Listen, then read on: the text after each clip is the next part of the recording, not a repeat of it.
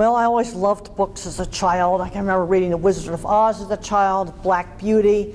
Now, one of my favorite books when I was really young was a book about famous inventors. It was a children's book aimed at about third grade.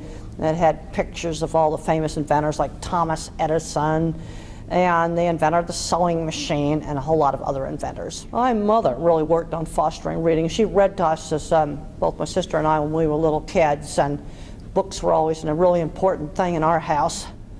Well, I'm probably doing most of my academic research now on the internet, but I talk to lots and lots of parents of children with autism, and for many of our low-income parents, libraries are the only way they can get books.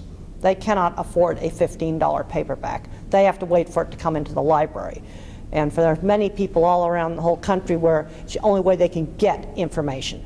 They can't afford internet access. And in our low-income areas, that's where libraries are just a lifeline for parents with autistic kids and just all kinds of people. Well, I think school libraries are important. We've got to get kids interested in reading. I was rather disturbed to read that fewer young adults today are reading books just for pleasure. And when they were asked, what was the last book you read for pleasure, they mentioned Harry Potter, which I think was absolutely great for getting kids interested in books, but they hadn't been reading any other books for pleasure since they'd read Harry Potter as a young child. And I've always enjoyed reading. I had trouble learning to read originally. My mother had to teach me to read when I was in third grade, and then once I learned how to read, I just took off.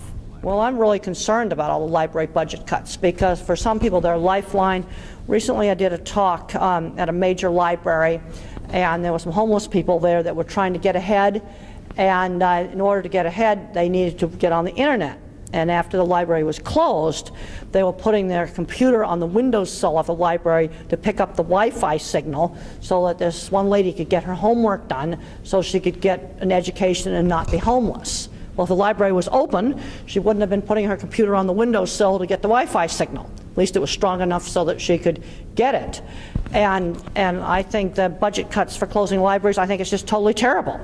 I'm really concerned kids that get labeled with mild autism, mild dyslexia, mild ADHD, not going out and becoming productive citizens, not learning things like work skills. I'm seeing too many kids today get a mild autism diagnosis.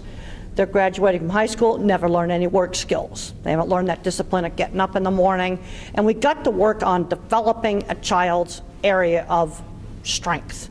I was a visual thinker. My ability in art was always encouraged. Another kid might be a little mathematician. Well, if he's good at math, then let him go ahead and do the more difficult kinds of math. Don't hold him back. Another kid's good at writing. We've got to build up on the strength areas. Kids that get different labels. Some of them have uneven skills. Good at one thing, bad at something else. And I want to build up on that area of strength so they can turn it into a career that they're really going to like. Right now, the project I'm working on right now is finishing up revising my academic livestock handling and transport book. And that's it's an academic book reviewing scientific literature on livestock handling and transport.